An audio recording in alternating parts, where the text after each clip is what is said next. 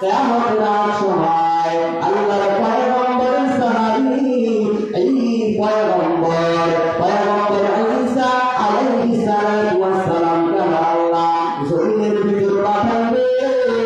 কেন পাঠাবে মুসলমান? এই ঈসা পয়গম্বর আল্লাহর কাছে কান্না করে, আল্লাহ আমাদের নবী না বানাইয়া মুহাম্মদ নবীর উম্মত যদি বানাইতা, ও আল্লাহ আমার কাম পেয়ে যেত। এবার বলার পর আল্লাহ তাআলা ডাকিয়ে দেন, পয়গম্বর ও পয়গম্বর ঈসা, আমি আপনার দোয়াটা কবুল করে নিলাম। আপনার দোয়া কবুল করিয়া আল্লাহ তাআলা পয়গম্বর ঈসাকে আসমানে উঠাইয়া নিয়ে গেল। কিয়ামতের আগ মুহূর্ত ঈসা পয়গম্বর এই জমিনের ভিতর পদার্পণ করবে, কিন্তু নবী হিসাবে পদার্পণ করবেন না। ঈসা পয়গম্বর কিয়ামতের আগ মুহূর্ত আমাদের নবীর উম্মত হিসাবে পদার্পণ করবে। মুহাম্মদ আরবী আয়া নবী রাস্তার শোয়া, মুহাম্মদ আরবী আয়া নবী রাস্তার শোয়া, আলম হুয়া উসকি পরে দাসন জালা, শাফিউল উম্মাহ হামান উমার নবী রোজ কিয়ামত, শাফাত করেগা আল্লাহ के बस गुनाहगार उम्मत, शाफात करेगा अल्लाह की बस गुनाहगार उम्मत।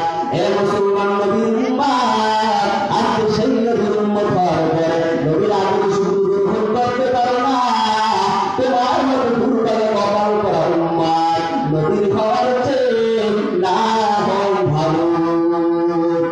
এ নবীর উম্মত, আমার নবী দ্বীনের জন্য কেমন কষ্ট করবে, ইসলামের জন্য আমার পয়গম্বর কেমন কষ্ট করবে। আল্লাহ তাআলা মাটি দিয়ে মানুষ বানাইবে। আমার আল্লাহ জিবরাইলকে বলে, ও জিবরিল যা, তাড়াতাড়ি করে যা, তাড়াতাড়ি করিয়া মাটি নিয়ে আসো। আমি আল্লাহ এই জমিনের ভিতর বান্দাদেরকে বানাইব। জিবরিল মাটি নিয়ে মাটি ডাকতে পারে, জিবরাইল ভাই আমাকে তুমি নিও না। এই মাটি দিয়া মানুষ বানাইলে মানুষের অপরাধ করবে, গুনাহ করবে, সেই গুনার কারণে আমি মাটির জাহান্নামে যাইতে হবে।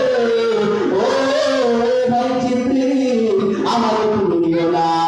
আমার আল্লাহ বলে, ইসরাফিল যা, তাড়াতাড়ি করিয়া মাটি নিয়া ইসরাফিলকে পাঠাইবার পর ইসরাফিল আমার কাছে আসিয়া বলে, আল্লাহ আমি মাটি নিতে পারবো না। আমার আল্লাহ তাআলা বলে, পয়গম্বর আল্লাহ তাআলা এমন করে অনেক নবীদের মাটি আনার জন্য পাঠাইবে। সকলে বলে, না না আমরা মাটি আনতে পারবো না। শেষ পর্যন্ত আমার আল্লাহ জলদি করে একটা মাটি নিয়ে আর সেই মাটির ভিতরে খাওয়া দিয়া মাটি আনার পর আমার আল্লাহ এই মাটির মানুষ প্রত্যেকটা মানুষের জান কবজ করার জন্য আজরাইলকে আমি দিয়া দিলাম। কিয়ামতের আগ মুহূর্ত যত মানুষ আসবে প্রত্যেকটা মানুষের জান আজরাইল নিজেই কবজ করবি।